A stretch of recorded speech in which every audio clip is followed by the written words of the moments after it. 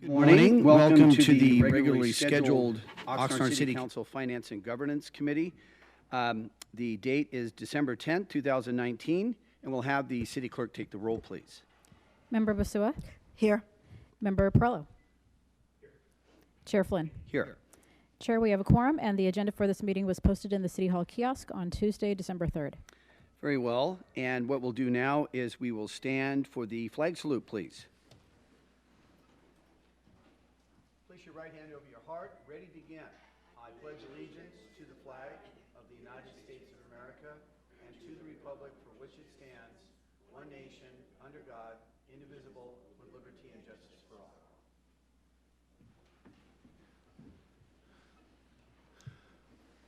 So, Madam City Clerk, there doesn't appear to be any public comments on items not on the agenda. So we'll move first and foremost to item C under the consent agenda, and it is the approval of the minutes. What's the pleasure of the committee? Madam City Clerk, we have a motion by Committee Member Perello and a second by Committee Member Basua. All in favor? Aye. All opposed? All right.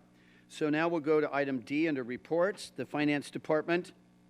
Item 1, subject, follow-up to committee inquiries about purchasing and internal auditor's annual work plan for fiscal year 2019-2020, and the recommendation is that the Finance and Governance Committee, 1, receive and file a presentation answering purchasing-related questions from the committee meeting of October 8, 2019, and 2, ratify an annual work plan for the internal auditor for fiscal year 1920 and recommend that the City Council or the Council likewise ratify the annual work plan. Yes, please. So, Mayor, if I can just state one thing. We started this, as you may recall, in early October. You all looked at the internal auditor's work plan and you approved the last year's plan as well as a contract amendment and a resolution. What remains is the upcoming year's plan, this fiscal year's plan. And in that conversation, you had, you and the other members of the committee had questions about purchasing, about sole sourcing and procurement cards.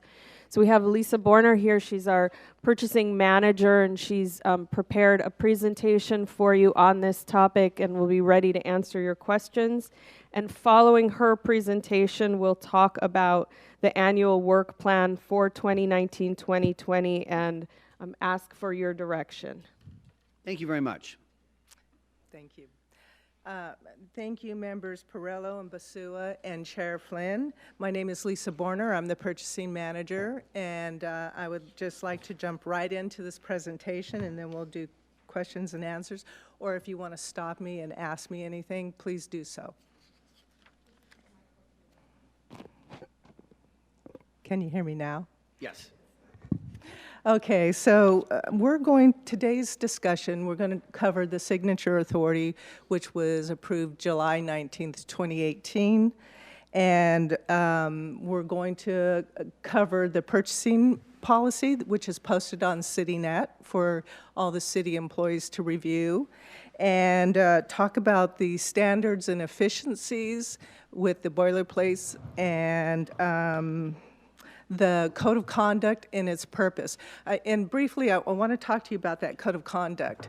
That is a form for evaluators and subject matter experts to sign. That was created by myself and Sherry Klima.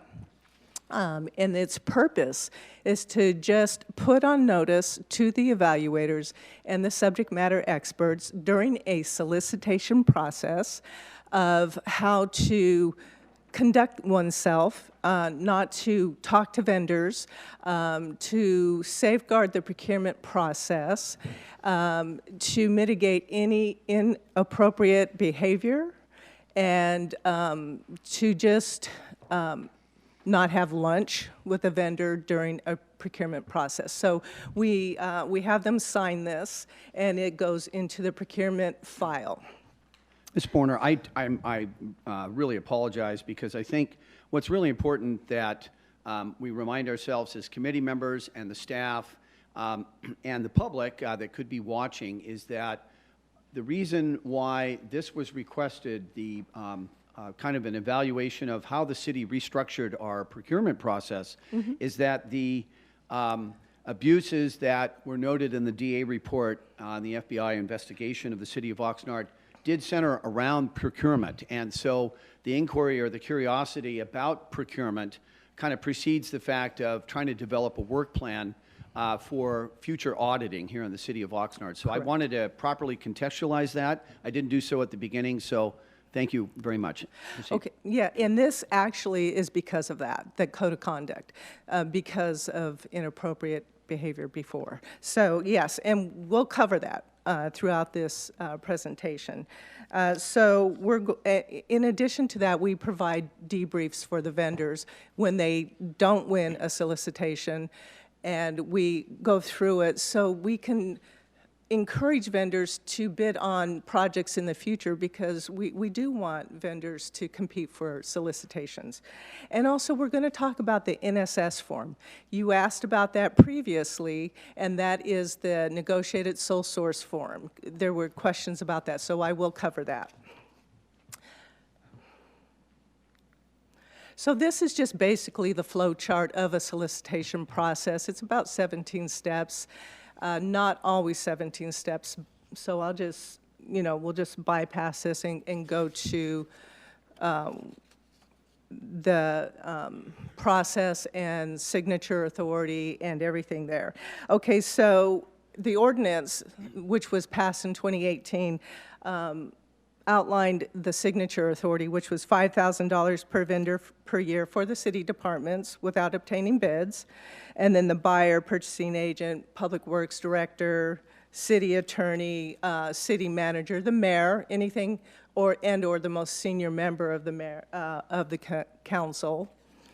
Anything over $200,000 goes to council for approval. And just so you know, these signature authorities do cover Public Contract Code 22032B. So we are following in line with the statute. Okay, we're not abusing anything. So immediate need is where the city attorney, or I'm sorry, the mayor and the city manager would co-sign on a contract or purchase order, and then go back and ratify at council because there was, for whatever reason, we couldn't go out to bid. We had to get something fixed rather quickly, so we also have that in place. So, excuse me, just for a second. Councilman Perillo, our committee member Perillo. Just so that we satisfy anybody that's wondering at home, you have a $200,000 limit for city manager, $200,000 limit for city attorney, $200,000 limit for mayor or most senior council. Mm-hmm. Do you perceive any possibility where we could have 2 + 2 + 2 = $600,000 signed without the public knowing about it before? Absolutely not. Thank you. And if that were the case, if it was over 200,000, we would have to go back to council and ratify and make it public. So since I've been here, I started in October 2017, and I noticed that there were processes not standardized, so we standardized the boilerplates, the solicitation boilerplates, the evaluation boilerplates. In addition to that, I wrote a evaluation guide for evaluators and subject matter experts to follow so that there was some type of standard put in place, and you actually have that on your desk for your reading pleasure. And also, one of the things that purchasing did was we started utilizing cooperative agreements. And further in this presentation, I will be going through the cooperatives and what their value is to our city. And as a matter of background, I came from the county of Riverside, and I went through an external audit. And one of the findings was that we did not track our sole sources.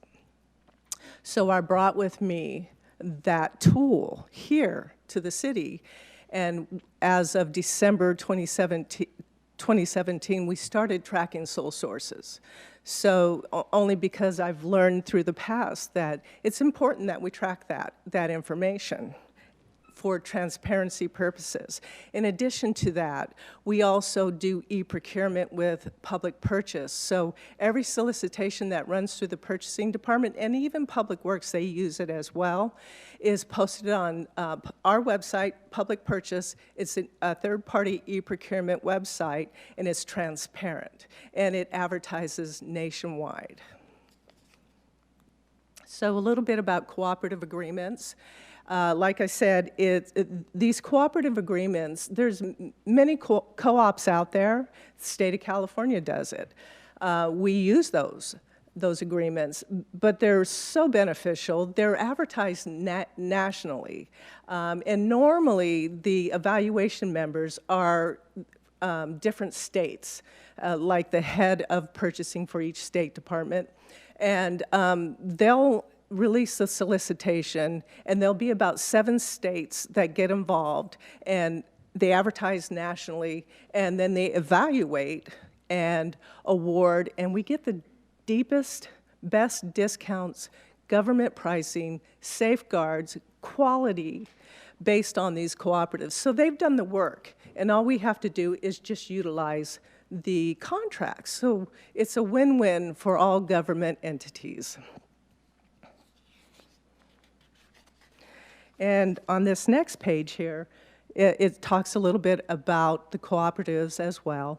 And these are some of the cooperatives we use: State of California, U.S. Communities, Onvia, which used to be NJPA, and National IPA, and so forth and so on. So there are a lot of cooperatives out there, and it's just, it's saved us so much money, this city, a lot of money, because now we're not paying retail.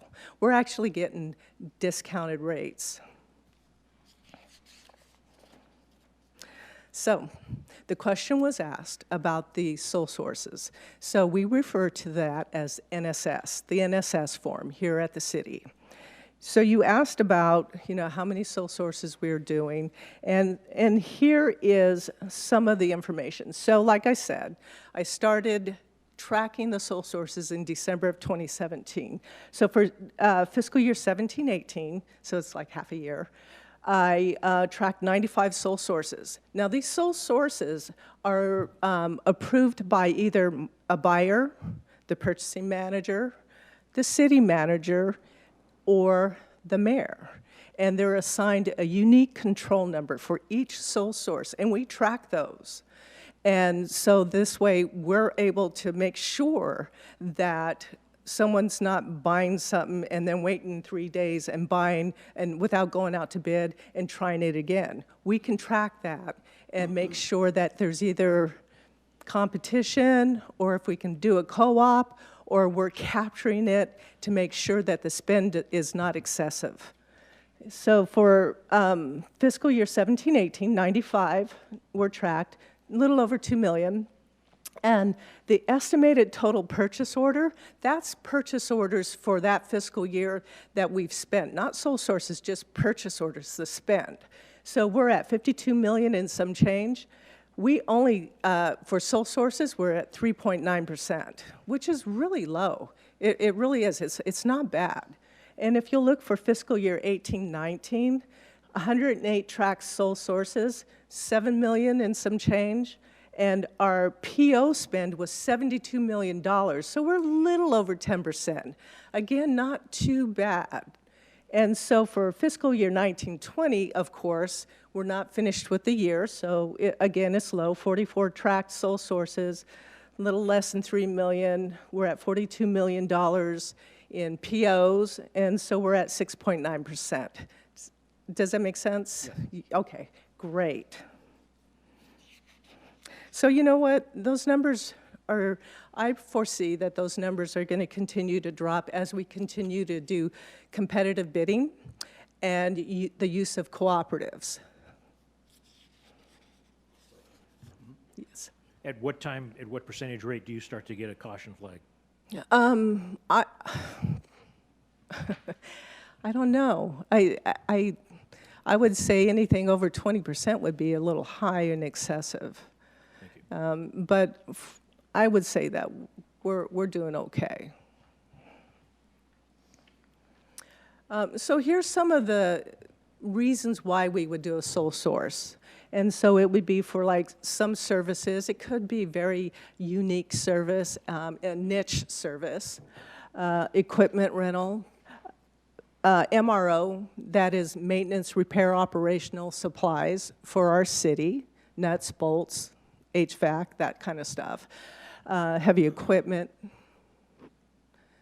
I'm sorry. Oh, no, okay, I thought someone said something. And also urgent repairs, we track that as well. And so I wanted to just tell you a little bit about some of the reasons for a sole source. There's different types. It's not just sole source. There's sole source, single source. There's negotiated contracts. There's confidential agreements. There's urgent requirements. So the confidential is for matters that can't go out to bid, whereas we need an attorney service for a confidential matter, and we would track the sole source and give it a unique control number, or for a police department, something that is confidential, but it's a contract, or a purchase order, it's a need, we would track that. Single source, for instance, Caterpillar, heavy equipment. Caterpillar's kind of unique. They only sell by territory, and they designate a reseller or a dealer by that territory. You're not going to get competition for Caterpillar for an authorized dealer. So in this case here, it would be Quinn Equipment. So that is a single source, and we would use that, and we would track it.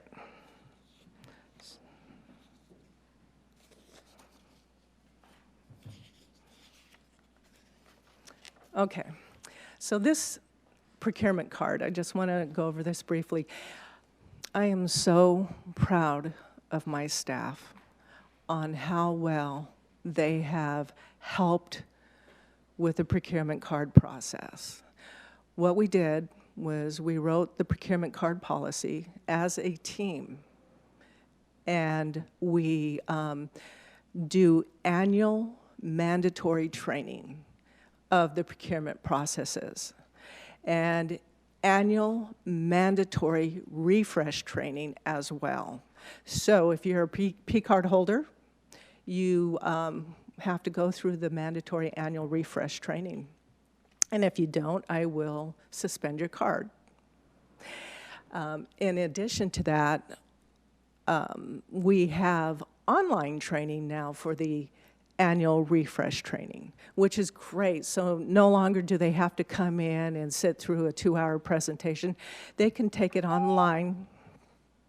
They can take it online, and if they pass, they get to continue to use their credit card. And if not, they'll have to read the manual again and take the test again. And in addition to that, we've also tightened up and really improved the reconciliation process. We have to pay our bank, in a timely manner. And so, and anyone who's a P card holder will tell you, I do this. If they don't turn their statement in by the 10th of the month, their card is suspended. And there's no wiggle room. So we've really, really improved that process. And I'm so proud of my staff for jumping in and getting their hands dirty and making sure that we don't get any additional findings in that area, and it's really been tightened up. So with that being said, I wanted to go through some numbers because you had asked about, some of the spend and the cards and how many. So on this page here, for 17-18, we spent $1.7 million, and we had 160 cards. In 18-19, $900,000. We had 108 cards. And then for fiscal year 19-20, which is not over with, 320,000 cards with 135 card holders. So if you'll notice, the P card spend is dropped And you know why? It's because there are contracts established now, and we're using cooperatives, so they're able to buy off established contracts. And so the P-card usage has really dropped a lot because of the contracts and the procurement efforts.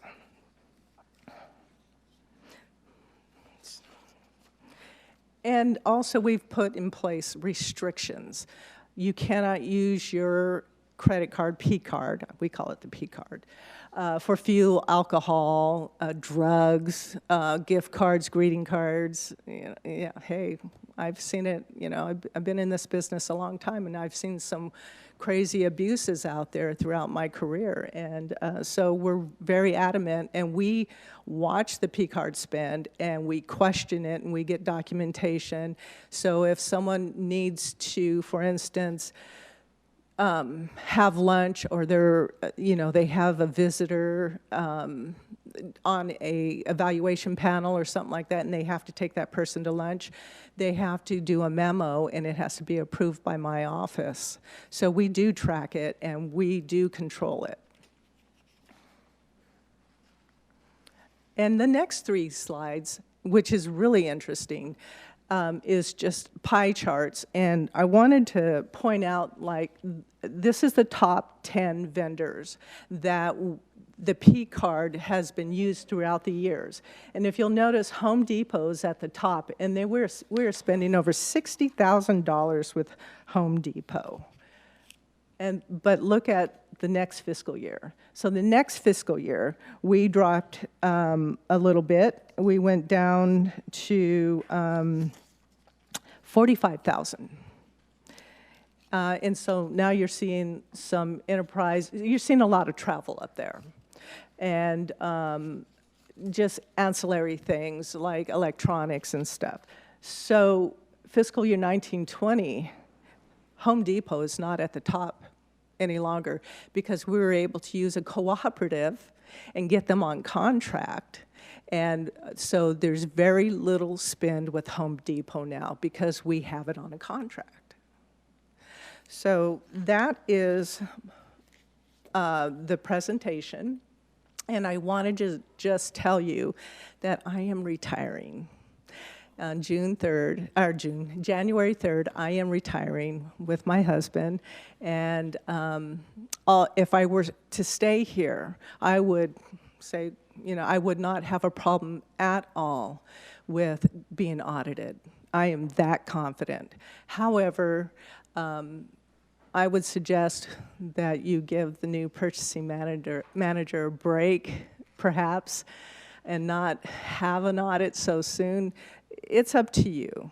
But I just wanted to let you know that the processes and the procedures and the training that has been occurring over the last 2 years has really improved the efficiencies of the purchasing department. Thank you very much, and congratulations on your retirement. You don't look old enough to retire, I'll say first and foremost, so congratulations to that too. Thank you. And I would just first and foremost thank you because this area of the city really was lacking, understated to say, and I'm sure when you came onto the job, you found just how many deficiencies there were, and many of those, it appears, have been corrected, so that's very reassuring. So what I'd like to do is just start with Committee Member Basua, and then I'll go to Committee Member, I'll do that. Committee Member Basua. Thank you for the presentation. It was extremely insightful, and I don't have any questions. Oh, Thank you. wonderful. Thank you. Thank you. It was a wonderful presentation. Thank you. Thank you very much. Committee Member Perillo. Number one, thank you very much for your presentation. And it's really nice to hear somebody say they'll stand behind whatever, if there was an audit or not an audit. Thank you. You're welcome. And to your staff, too, thank you very much for doing this. A couple of questions. On slide 8, there is a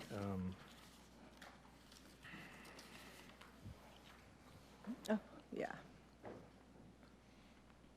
the fact that you mentioned that we were not having to pay retail. Recently, we changed with a from a Napa Auto Parts, and then we were going to CarQuest, and I was questioned by people that work in the fleet services, why are we paying retail? And I understand that there was a period of time where we had to because there was no contract in place. And so I appreciate you explaining that. And along with that, if we go to slide 14, it shows Amazon.com, 2 different places. It's about $60,000. And then the following slides, we don't show Amazon at all. Yeah. What caused that? Okay, so Amazon's massive. So departments out there had set up their departmental accounts, so that's why you're seeing it in 2 different places. We put, and it's perfect. I'm glad you asked that. Amazon is a co-op. So it was a school district back east that went out to bid through a cooperative, and there were 7 states that participated, and they awarded to, I want to say there was like about 12 responses, and they awarded to Amazon, and we piggybacked off that. Okay, thank you. You're welcome. Just a couple more questions. You mentioned Caterpillar. I do understand about the regional. My father-in-law was a service manager for Wallace before it was Quinn, but that is neither here nor there. With respect to Caterpillar specifically, we rent equipment. It may come from Caterpillar, and we may buy equipment from Caterpillar. If we buy it, we go through the co-op. Yes, you Okay. can, yes. Do they force us to go to a particular dealer for service? You can. They have to be an authorized Caterpillar service and repair dealership. And in this case here, it's Quinn. Okay. And then my last question, a compliment. I appreciate you not hiding anything. And by that I mean nobody hides whatever. The fact that if they don't return their information on the credit card by the 10th of the month, you suspend the card. I want to compliment you. City manager, that's a big deal. It shows the city is not fooling around. And as I'm speaking for one council member, but I'm sure I speak for all 7 of us that's in the council, we appreciate that very much. Thank you. It's good for the public to know that, it's good for the employees to know that, and it's definitely good for the council members to know that. Thank you. You, and the very best in the future. Thank you.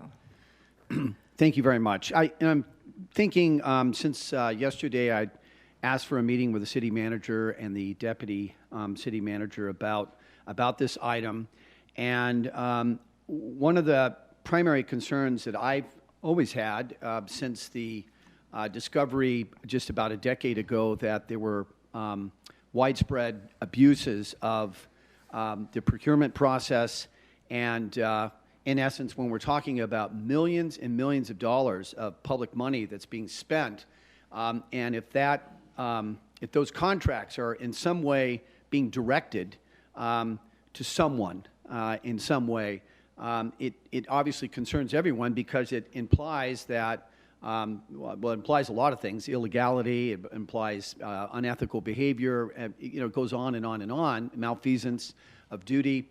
But in my conversation yesterday with the city manager and the deputy city manager, my concern was about, had a lot to do with somebody stepping in an established process at some point during a process and trying to influence a decision that sidesteps that process. And what came out of that conversation, I like to say to my fellow committee members, and just say this openly, is that it doesn't matter what types of policies and procedures are put into place, they could always be sidestepped. I mean, somebody could just simply ignore them. So whereas the city was deficient in really establishing much clearer policies and procedures for procurement, today we have them, but that doesn't take away from the fact that somebody could still potentially abuse the system. I'm not talking about you or members of your staff.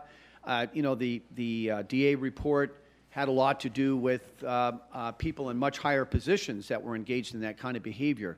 So I'd like to say that the thought that came to mind since that meeting yesterday with the city manager and the deputy city manager is that now, due to the efforts of committee member Perillo, we have a whistleblower program. And so at any point during a procurement process, if something inappropriate is happening, there is a mechanism now where someone can report that And of course, an independent auditor would then look in to see whether or not, that is the case or not. So, I mean, that really is my conclusion about the whole thing, how that process, if it is sidestep, what's the remedy for that? And I don't know if my fellow committee members have any response to that, but I want to applaud Councilman and Committee Member Perrello, because having this whistleblower program does make it far less likely that the abuses that took place here at the City of Oxnard will ever occur again, as long as that program remains viable. And that's just my statement about that. Absolutely. Yes. And one of the things I also want to mention about the e-procurement website, so it's electronic. Okay, so when a solicitation is posted, the vendors upload their bids to this website. So you can't mess around, you can't adjust, you can't compromise that process. And then we manage it through Google Share Drive. So it's captured. And it's good because it's transparent. Good. So in the code of conduct, when we vet the evaluators, we vet the subject matter experts. And I can honestly tell you, I haven't had issues. Very rare in my career have I ever had an issue, but I am not afraid to stand up and tell them no, and here's why you can't do that, and step up to the plate. That's why you guys hired me. Thank you very much. And I know, Ms. Klima, there are recommendations here, and I know I wanted to definitely give you that opportunity to explain that to the committee about what is the annual work plan, which is part of the item. But I do have one speaker, and that happens to be the City Treasurer, Philip Molina. Mr. Molina, please.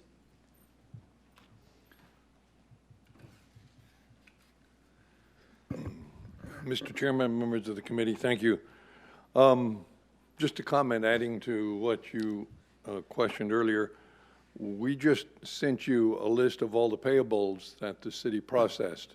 And you'll notice, excuse me, one of the payables had Bank of America bank statement for e-payables, and I had to reject it because we still had not received all of the invoices necessary that were proper and signed. And I think that shows how finance, treasurer, and purchasing were working together to make sure that these rules are enforced and maintained. So when the department submits an invoice for payment, or when we get an invoice for payment, but the department has not reviewed it or approved it, it will not get approved. We will not issue that check until we have all of the approvals required. Along with that line, you're talking about the whistleblower. And I agree with you. It's very important to have the whistleblower. I plead to you again that you should add to your resolution that the whistleblower will remain confidential. Now, I do understand that state and federal law establishes that, but as I mentioned earlier, there are a lot of repetition in our current ordinances approved by the city attorney that are repetitive of federal and state language. And I think to show your support to maintain the confidentiality of whistleblowers, you ought to put that in your resolution. I would like to see slide 15 and 16, because I think Lisa's presentation and her answer to your earlier question may be the same to this question I had, but I just wanted to make sure I understood it.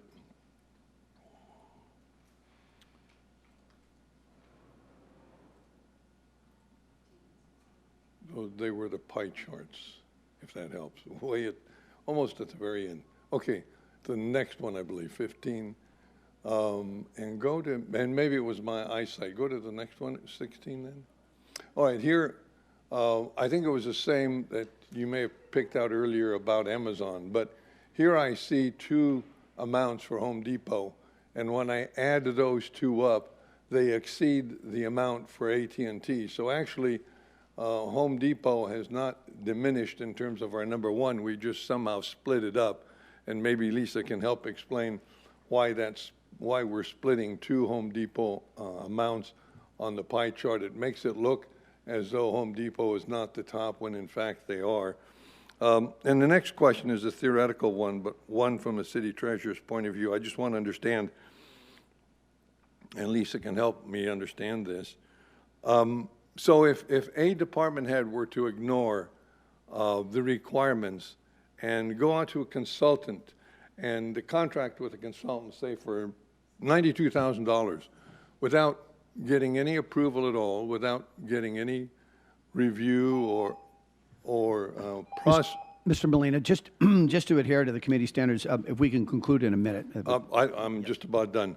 How do we enforce that, and who would be enforcing the fact that any department head just went on his own and hired consultants to do financial or investing consulting services without going through the process at all? So, Mayor, I'll defer to the city attorney on the legal question first. So, as to the question about consultants and requirements for bid, Section 4-52 of the procurement ordinance states that except when the purchasing agent determines that obtaining price quotations, bids and proposals is not in the city's best interest, at least 3 written price quotations, bids or proposals shall be obtained. So for consultants where specialization, certain qualifications are required, it's not necessary that those go out to bid. And then, Mayor, if we can focus your attention on the fiscal year 1920 proposed work plan. As we mentioned earlier, the resolution you all have already approved, and same with the amendment that's going to be going to council next week, along with the 1819 work plan. So this time we really need to focus, unless you had further questions on procurement, we need to focus on the 1920 work plan. I believe we have the internal auditors on the phone. Hopefully they can hear us and we can hear them. So if you do have any questions for them, that's also available to you. But if you could pull up the other slides. We do have... So we gave you up to date, this first slide shows up to date the work that they've completed so far. We did have to keep them moving on some of these projects. And then the next slide shows you the work plan that they have proposed, which is a total, you'll see, of 100, should be in the same one, but slide 2, which this is the work plan that the internal auditor proposed for this coming year. It's staff's recommendation that... Yes. I'm sorry, Mayor. I apologize. I don't want to be a pain in the ass here, but some questions were asked by our city treasurer, and it looks to me like we're getting off the item that we were discussing. Are we? And I need that answered, Mayor. Okay, very quickly. Okay, so what we need to do here is there's no problem with city treasurer and or the speaker raised a lot of issues, committee member Perello, and we have a 3-minute limit, and potentially any speaker, not just the city treasurer, can ask questions, and we've had this come up to us before about this. So what I'd like to do is that to have her proceed on what it is that we have to vote on the plan, and then if there is a question that has not been sufficiently addressed, maybe we can find a way to remedy that. But I just want to make sure that, given the fact that we have another item and we have only a certain time limit, that we make sure we get through all the items. So why don't we proceed with the plan, and then if there's still a question that hasn't been answered, we'll try to remedy that if we have additional time. Mayor, I'm holding a staff report in my hand, and the stuff that's up here right now is not in the current staff report. Are we on the same item as the first one? We're on the first one, and the reason that this is, we're just giving you this you got last time, so we didn't think that we needed to include it. It's in the attachments as a longer form of the, and then the earlier chart that I just showed is the latest progress. Okay. And as to the treasurer's questions, I thought we did address them. One was Mr. Fisher answering about the item that did not, if the city manager wanted to procure something that did not get bid out, Mr. Fisher addressed the item. And the other question was about, I thought, Home Depot, why that was split. And I believe Ms. Borner already explained earlier in her presentation that when different departments purchase things separately, sometimes it's seen as it's split in the documentation. If we missed something, as the mayor said, we can certainly go back to it. But the focus here really needs to be, we need to ask you all to let us know what you'd like to do with this work plan. And the internal auditor has a contract with us through the end of June, so we really need to understand what you would like them to focus on in these next, 6 months, whatever it is. This is their proposal. We recommend to you that the whistleblower hotline obviously continue, as well as the internal auditor basic services. We also recommend to you that the overtime audit, which is very close to being completed, as well as the ER audit, those are both very close to being completed. The ER says it is completed, but they're about to finish it. That those also be in the work plan for the coming year. Based on your comments in the last meeting, we recommend against the other audits being completed, as well as the IDEA warrant disbursement and the credit card and travel reimbursements. Based on your comments, we recommend that those not be completed. But we defer to you on those recommendations, or on what you'd like to see. Okay, why don't we have the individual committee members weigh in on this? Why don't we start with Committee Member Perillo?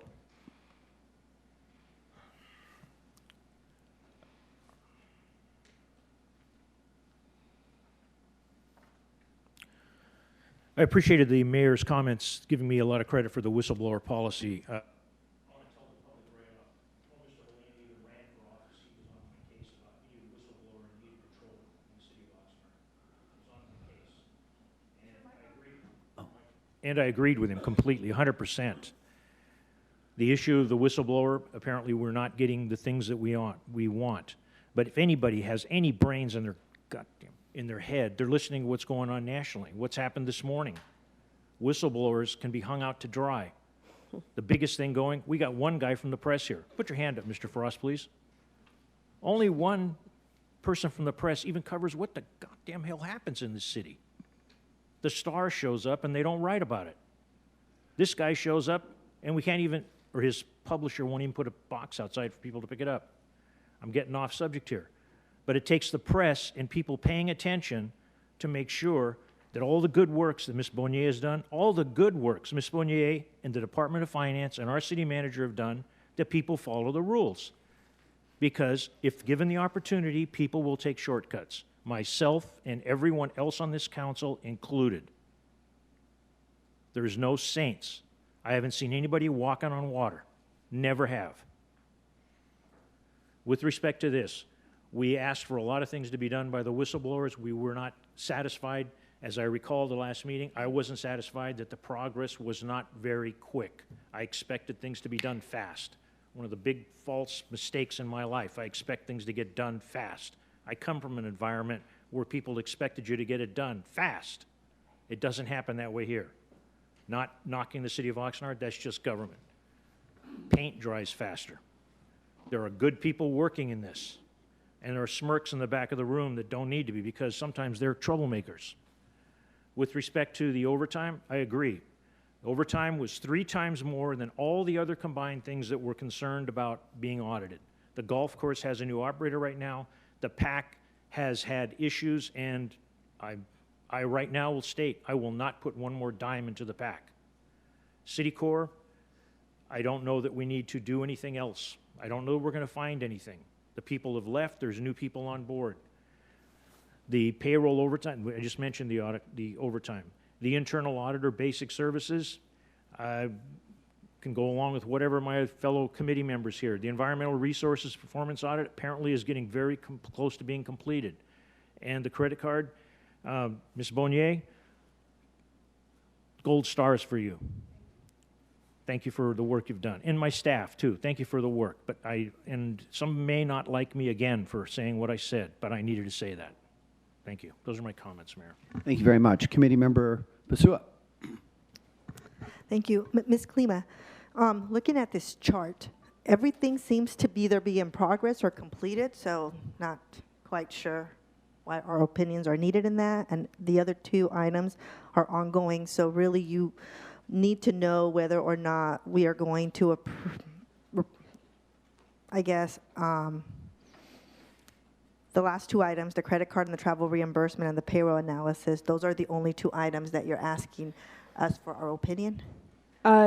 No, council member, I need to know, there are items that are in progress. For example, the golf course audit and the city core audit. It's at your discretion if you want those completed. It's our recommendation not to continue and complete those, but just based on your committee's comments at the last time. But if you would like them, what it shows here is that they will be completed this fiscal year if you so choose at roughly the cost that they've estimated there. How much is this contract for? Is there an amount, or is it just based on time? No, there's a time limit, and then there's no total amount on the contract, and each year you all authorize a work plan that sets that amount. So if, for example, this year you were to authorize that entire work plan, this year's contract would be for $189,500. And that's been put in the budget for this year? Yes. Okay. And this work plan was part of last year's? Some of them. So as you may recall, the contract began 2 years ago, and four of those audits were in the initial work plan, as well as the whistleblower hotline and the internal auditor basic services. The environmental resources performance audit came out of, I understand, a whistleblower complaint. The IDEA warrant disbursement and payroll analysis and the credit card and travel reimbursements are what the auditor now recommends that are new. Okay, and a question for the auditors. They're on the phone, correct? I believe so. Can you hear us? Good morning, everyone. This is Henry Ohm, internal auditor. Yes, I am on the phone. Yeah, can we put a microphone on us? Can you hear me?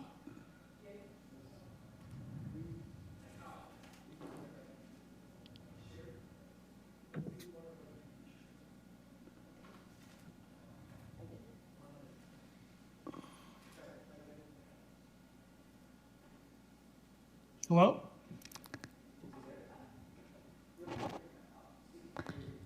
Can you hear us now? Yes, I can. Oh, we could hear you. I'm not sure if we can hear you. Yeah, I can hear you now. Okay. Okay. I'm sorry, who's on the phone? My name is Henry. I'm sorry. My name is Henry Ohm, internal auditor for the city of Oxnard. Okay. Hello. I have a question. Yes. The two items that you're recommending, is there a reason why that's being recommended? Yes. So if I may take a step back, in the first year we started in 2017, we conducted what is called a citywide risk assessment, and we basically talked to a number of department heads and people within the city about risk that can take place within their department within the city. And as a result of that, we developed a risk assessment plan, which is basically a 3-year analysis. And so since we're in the 3rd year, we're recommending the 2 audits take place, which is the IDEA warrant disbursement and payroll analysis. IDEA is the name of the sophisticated data analysis software that we utilize in order to analyze a tremendous amount of information. So if we take a look at any organization, the 2 most significant transaction classes, the 2 transaction classes that has the most volume of transactions and has the higher risk of error or fraud would be related to disbursements and payroll analysis. So the time that we're allocating, the budget that we're recommending to be allocated for this project would cover our analysis of all disbursements and all payroll transactions that have taken place within the city within a certain period that has been approved by this committee. So that is the first audit that we're recommending take place in fiscal year 2020. The second one we had a dialogue about in October regarding the credit card and travel reimbursement. And it's our understanding that the committee would like us to perform a more high-level analysis where we're not taking a deep dive into the credit card and travel reimbursement transactions, but perform a much higher-level sample of whether there's any potential issues on the surface. So if I recall correctly, we were going to spend some time, but not $20,000 worth of time, taking a look at credit card and travel reimbursements. And then the third item that we provided as an option to the committee to consider is that purchasing and procurement related to compliance, bid splitting, and sole source. So those really were the options that we kind of shared with the committee back in October. And we're recommending to move forward with at least the idea and the credit card and travel reimbursements review at the service level. Okay, thank you very much. And Ms. Kleeman, what is the staff recommendation? So staff recommends that you continue with the whistleblower hotline, the first item, and also the internal auditor basic services. And then that you conclude the payroll and overtime analysis, which is the third item, as well as the ER, the environmental resources performance audit. The other three ongoing audits, golf course, city court, and PAC, we don't believe, based on your comments, that we should complete those. And then the idea analysis and the credit card reimbursement, we don't believe that those should be begun because essentially we have this contract with the auditor through June. So we don't think that this is the right time to start these two projects. Okay, so the PAC performance audit, it says completed, so that's done. No, that's the timeline. It would be completed Timeline. in there. So it's sorry. not done. Okay. It would take $10,000 to complete, roughly $10,000 is the estimate to complete that one. They would be completing basically the PAC audit, the environmental resources audit. The golf course and city core, they still have quite a bit of work on. But they'd be working through those if you would want those completed. Committee Member Basua, if you wouldn't mind, just because I think it's really important to understand this, there is a little bit of an element of confusion in terms of, and normally I don't intervene like this, but I guess it's important for a decision to be made to know, as an example, when it comes to the city core performance audit or the golf course performance audit or anything, and the PAC is completed, but those that are still ongoing, how much money has been spent on these functions and how much remains? Because I don't know, and as an example, I just want to share with my fellow committee members, you know, the golf course has been a very, very controversial thing for a long time, and we finally, as a committee here, we decide that based on the recommendations of the auditor that we're going to look at the golf course even though the operator has changed. And we're going to take a look at the operator or perform an audit. And we, in fact, started that. At least I think we did. That's what I don't know, but we started it. And we don't even know, I don't even know just how much of that audit was actually completed and what remains and what information could be yielded from the, going forward with that audit, because we have changed the operators. Yeah, so I don't have it with me right now, what we've spent in the past. We presented that last time. I do have what the estimates are. There is what the auditor estimates that it will cost them to complete these audits. But you're right, it doesn't give you a percentage of completion. If you'd like that, I need to bring that back to you. Well, and I'm sorry, Committee Member Basua, we have the auditor on the phone. Maybe the auditor can, he's the one here.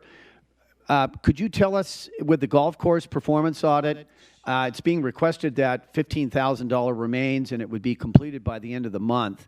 How much of the golf course audit has actually been conducted, and is it only a performance audit and not a financial audit? Because, and I want to share my concern with the committee members about really what our function here is, whether or not we're talking about financial audits or performance audits. So I'd just like to ask the auditor that, and then I'll be quiet and yield to Committee Member Basua. Good morning. Can you hear me? Yes, I can. Okay, great. Thank you, Mayor. So yes, I'd be happy to share the status of the performance audits that we have conducted thus far. And I'll start with the golf course. The golf course, actually, we have not invested a substantial amount of time in the golf course. So if the committee elected to forego with that audit, we would not conduct it. And there has not been any significant amount of time invested in that golf course audit. Regarding PAC, we're essentially done. We've issued our draft report to management. We have shared the recommendations with the prior executive director, but because the city, what we understand is because the city's in an RFP process with a new concessionaire, information related to our report and prior management, if the committee would like to understand historical processes, that might be helpful for us to finish. But at this point, we are not doing any additional work with PAC. We have completed the bulk and substantial part of our performance audit. With Citicorp, we have started. We are probably about 50 to 60% through with that performance audit. As you may know, there has been a change in management with Citicorp as well. And through discussions with city management, we are holding off on any additional work because of that transition. So depending on what the committee decides, how we proceed with that audit could be put on hold. And with overtime, we have had a thorough discussion with city management regarding the results of overtime. We have completed our audit and our analysis and have shared those preliminary results with the city management team. We have drafted our report and presented that report to them as well. We are finalizing some loose ends with some of the key departments that are involved in this process and would expect to be done with that within the next couple of weeks. We're giving them an opportunity to clear some of the exceptions that we have noted. But the amount of time that have been estimated for those projects, we believe are reasonable based on what we believe needs to be done in order to complete those audits. Thank you very much. Thank you. I'm sorry, the last one, environmental resources. We have completed that already, but I think there's been an administrative process that needs to take place. It needs to go to city council for resolution, and then it will be presented to committee. Okay, so I'm just going to go back and rephrase, and hopefully I can better understand this. And I'm just going to go line item by line item, Ms. Klima. Okay, the whistleblower hotline, that's ongoing. I'm going to say yes to that. Internal auditor service, that's ongoing. Yes to that. Payroll and overtime analysis, according to the auditor on the phone, and please correct me if I'm wrong, that has been completed. The golf course performance audit, please stop that. We've got a new operator wherever we're at. It makes no sense to go back and do that. Citicorp, that's my same opinion. It's changed, no need for that. The PAC performance audit, according to the auditor, it has been completed.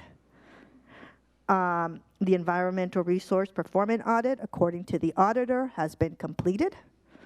So really the only two questions that need to be answered at this point is whether or not the payroll analysis and the travel reimbursement is something that this committee would like to further research.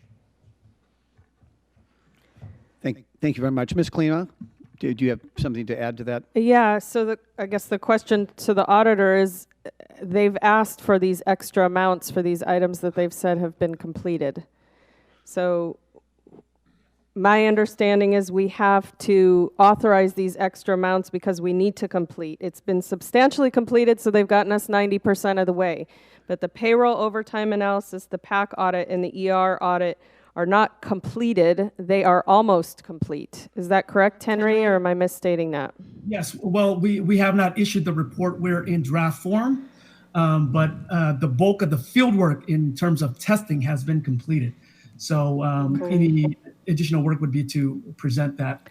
Right, so these extra amounts, council member, are to complete. You've got, for example, the payroll analysis, they're saying 15,000 to complete it, to get it to a absolute 100% completion. So basically the bulk of the work, you're at 92%. We're waiting for a completed report, and this is the amounts that it's going to take for the auditors to complete those. That's correct. Okay, so why don't we, in short fashion here, I have definitely some concerns, and we've had concerns, ongoing concerns, that I know the staff and the auditor have been working on to address. So I think for all of the committee members here presently here for the work plan, the proposed finishing off this, the whistleblower hotline is going to continue. The internal auditor basic services will continue. That's ongoing. We now understand that the payroll overtime analysis is in draft form. However, it's going to take an additional $15,000 to complete the report. So I would recommend that we continue that because the auditor identified overtime simply because of the amount as potentially one of the highest areas of concern. Okay, I mean, I just want to make sure the committee remembers that. The golf course performance audit doesn't appear that enough has been done to go forward, so I don't support a further audit. And quite frankly, I want to say to my fellow committee members, I do not know where we got off track from a financial audit to a performance audit, because my concern about the golf course has been more and sometimes they're linked. We understand that, but my concern has always been the financials. That's the bottom line about the golf course. So, but I'm not an advocate of continuing that. The city core performance audit, I'm not an advocate of continuing that. The PAC has been completed. ER has been completed. Now, and as committee member Basua correctly stated, now we have the last two items that we have to make a decision about. And Ms. Klima, can you weigh in on that just for a second as far as the staff recommendation on that? Sure. So PAC and ER are not completed. They are almost completed. So Okay. they're at, I think So we said 90-ish%. So the Right, so can I- question is if you'd like those completed for roughly the cost listed there. So can I just voice my frustration? And I apologize here in advance. But when we are approving these amounts for the auditors, at some point they must have realized that, hey, we've gone, we did too much work and now we're asking for $10,000 more. I mean, to say it's kind of completed and then coming back and say, hey, if you want a final report, it's going to cost you more. I'm frustrated with that.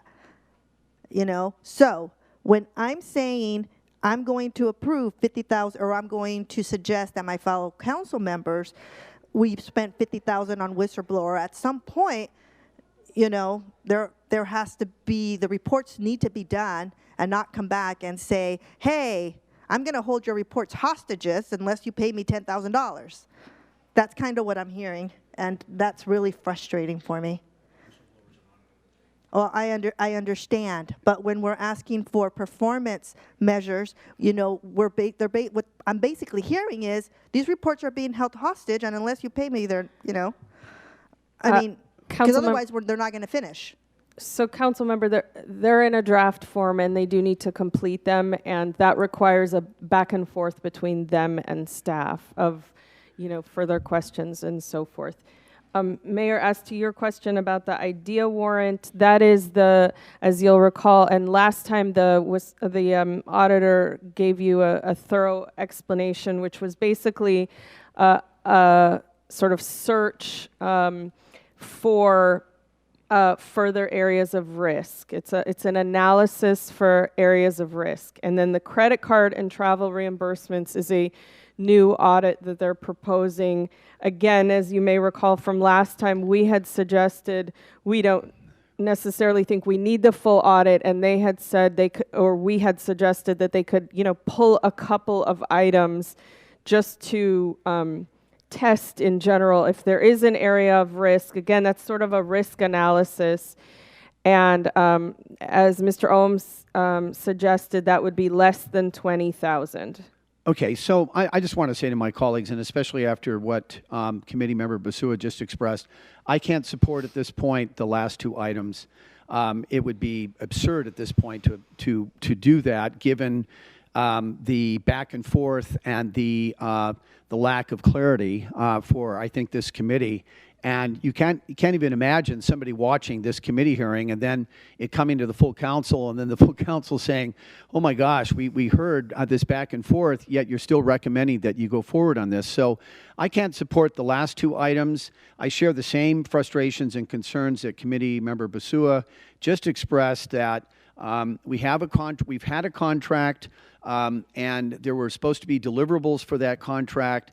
And my understanding is that it was, it hasn't been completed because at one point we were told more resources were being devoted to the whistleblower hotline. Maybe the city manager can weigh in on this. Mr. Nguyen. Yes, Mr. Mayor, I just want to make a clarification with regard to the nature of audit contracts. Like any investigation, at the outset, there's a projection of the work to be performed, that's standard. But you have to appreciate and understand that when they dig into it, like any investigation, this audit, you don't always know what you're going to find. So in some cases, they can wrap something up very quickly. And in other cases, depending on what they uncover, they have to pursue other avenues of investigation. So I want to be fair to the auditors.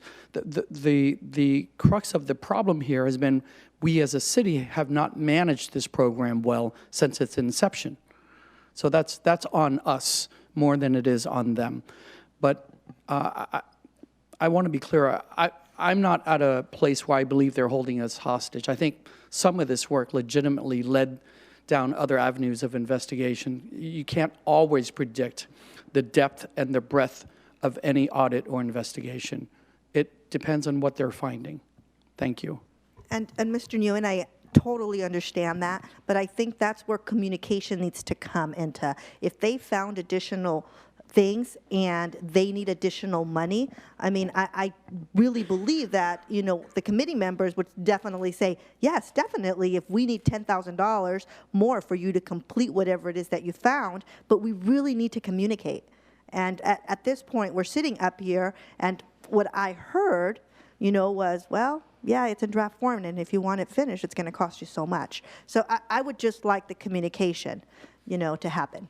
So, and what I like to do, based on that comment, very quickly here, just knowing that we have a very small amount of time remaining, I think Committee Member Basua's recommendation that the whistleblower hotline continue, I support that. Councilman Perello, do you support that? Why don't we go through these? The second one is the internal auditor basic services. Do all committee? Okay, so we support that. The payroll overtime analysis, do we support that? Yes. So we support that. The golf course, none of us support that. Is that correct? Okay. The city core performance audit, none of us support that. The PAC performance audit, no. That's it. No more on that. ER, it says completed, yes. But Ms. Klima, just to clarify, $7,500 is to complete the project, correct? That's correct. Okay, so do we all three of us support that? Okay, and then I'm recommending that we not support the latter two. What's the feeling of the committee? I have a question about that. Yes. We show two questions basically on this chart. If we look at the golf course, it says completed on the far right, completed by 12/31/19. Do we still stand by what we have up there? Because it sounds like they haven't even started it. And they could complete it by the end of this month? No, I think that's supposed to say 2020.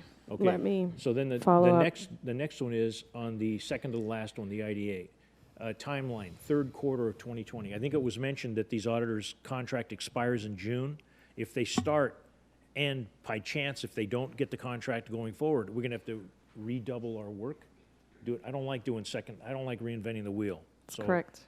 On that point, I would support not going forward with that one. Okay, so the IDEA warrant we do not support, and then the credit card and travel reimbursements, I've recommended we not continue with that. What's the feeling of the committee? Committee Member Basua? Yes. Your opinion, please, on that particular one. What do you think? About the credit card Yes. audit? I would not do it. Thank you. All right, so all three committee members agree that the last two items we will not go forward with. So now it's up to the staff to work with the consultant on completion of the items that we've recommended continue. And Ms. Klima, is it abundantly clear, given the unclearness? Yes, Mayor. Thank you Okay. so much for all of your assistance. Thank you very much. All three and of we you. want to thank the auditor this morning also. Thank you very much. Thank you. Thank you very much. I I believe, let me just check if the other item has to go. Does. Okay, all right.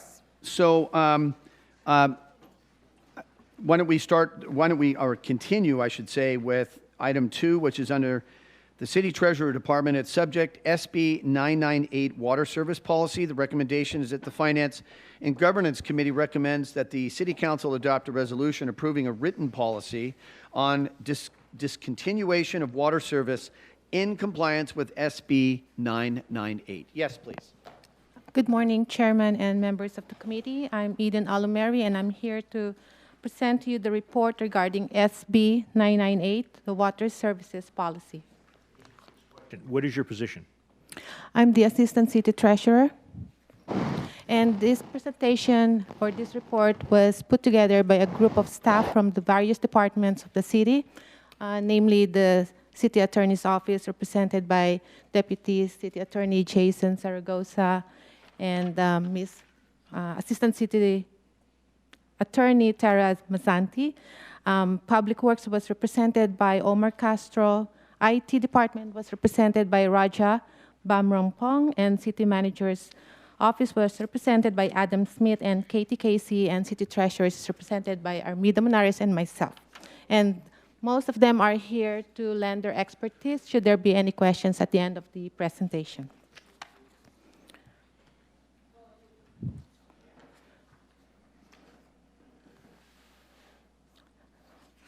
So our group is requesting the committee to recommend that the City Council adopt a resolution to approving the written policy on the discontinuation of the water services for us to be in compliance with SB 998. To give you a brief background, SB 998 introduces new restrictions on the discontinuation of residential water services for those who are delinquent in their accounts. And it also requires us to have a written policy adopted by the council regarding the discontinuation, and this policy has to be in effect by February 1st of 2020. SB 998 will require us to make changes or amendments to the City of Oxnard City Code, but these amendments will not be required to be enforced by February, so the staff will be coming back at a later date to propose those amendments. The written policy must require the following items. It must have a plan for deferred or reduced payments, or an alternative payment schedule, a formal mechanism for the customer to be able to contest or appeal their bill, a telephone number to call so that they can avert the discontinuation, and this policy must be posted on the city's website. It also provides that a customer must be delinquent by at least 60 days before the city may terminate their water services. In addition to that, SB 998 requires that the discontinuation of water services be averted should the customer meet all of the following requirements. And I want to emphasize that they have to meet all of these. First, a primary care provider must certify that the discontinuation of their service will be life-threatening, or it will pose a serious threat to their health and safety. Number two, the customer must be able to prove or provide proof that they are financially unable, or proof of their financial hardship. And number three, they must be willing to enter into a payment arrangement plan. The discontinuation of service may still be permitted, however, if the customer fails to meet their obligation under the 60 or under the payment agreement that they sign in, and if their current charges are not paid within 60 days, then the city may proceed with the termination of their water services. Another proof that they can provide that they have financial hardship is if they can prove that their household income falls below 200% of the federal poverty line. And currently, the chart shows what the poverty level line is below 200%. So for example, for a one-person household, if their gross household income is $24,980 or less, then they will qualify. To restore the services, SB 998 limits the amount of fee that the city can charge. For the restoration of service, they are limiting the fee to $50 during normal operating hours and $150 during non-operating hours.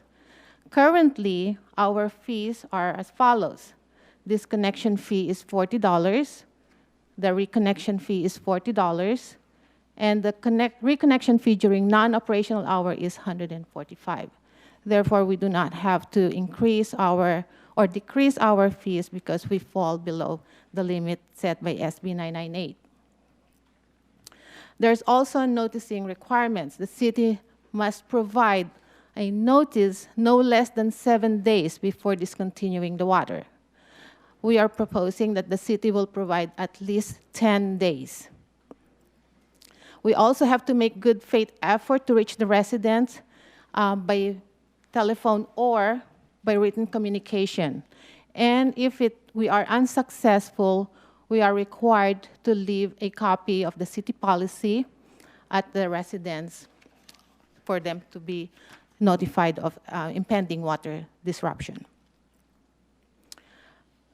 Another requirement is that if the city must provide renters and mobile home residents with the written notice prior to disconnection.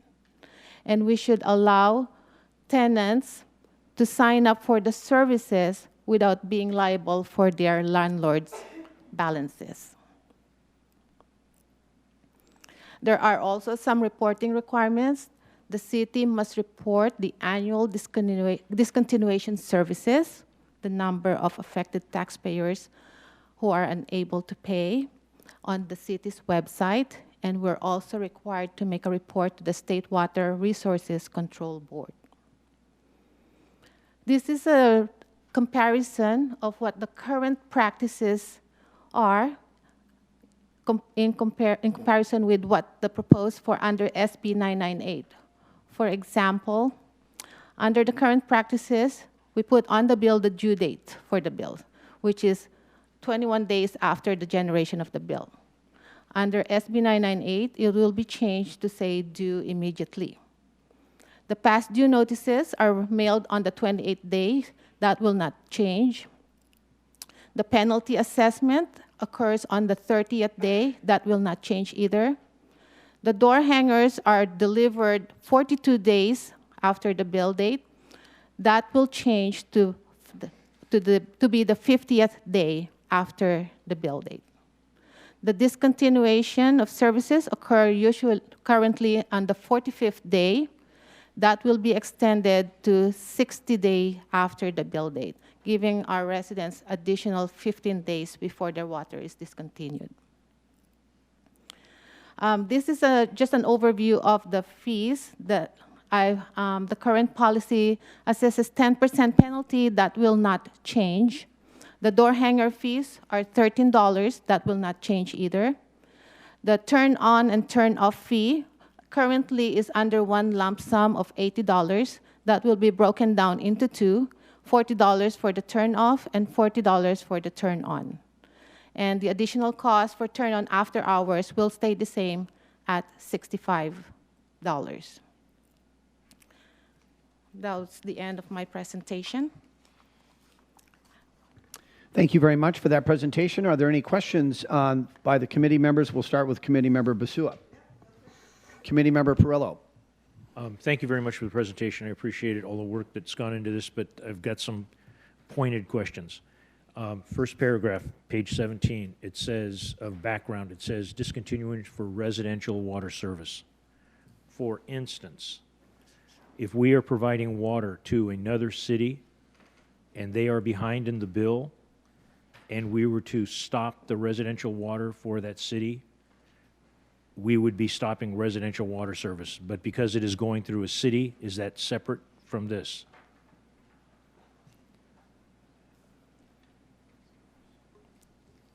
Councilmember, if we're providing water to another city, we're providing it through contract, not through regular residential. Okay, thank you. If there So is a problem. presumably, Councilmember, they bill their own residential customers. Okay. So they would be responsible for that. Okay, thank you. And then getting back to the same point, when it says residential, if we have customers of commercial, 3-inch lines, 3-inch lines are not normally for residential houses. I don't know what the size is. Mr. Castro may say what a normal residential is or an apartment. But if we have large customers that have not paid bills, are we implying separate rules? There will be a separate item coming back to us to update the rules of how we handle lack of payment? The SB 998 is applicable to residential customers. Only, okay. Oh. Do you perceive that there will be something coming from the state with respect to commercial customers? We are not aware of any. Okay. Those are my questions. Thank you. Thank you very much for the presentation. Was self-explanatory and very thorough, and I appreciate it. I have no questions. And now, Madam City Clerk, just to check, we have no speaker cards. Is that correct?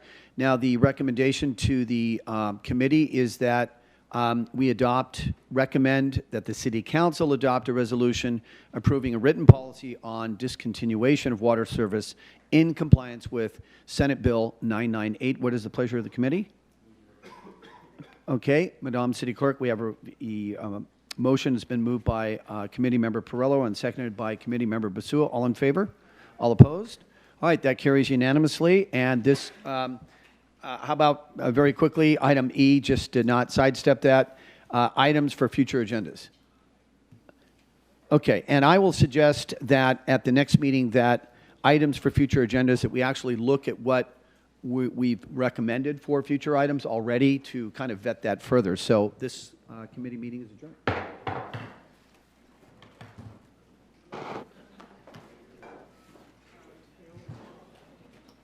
it going, Chris? Good. How are you doing?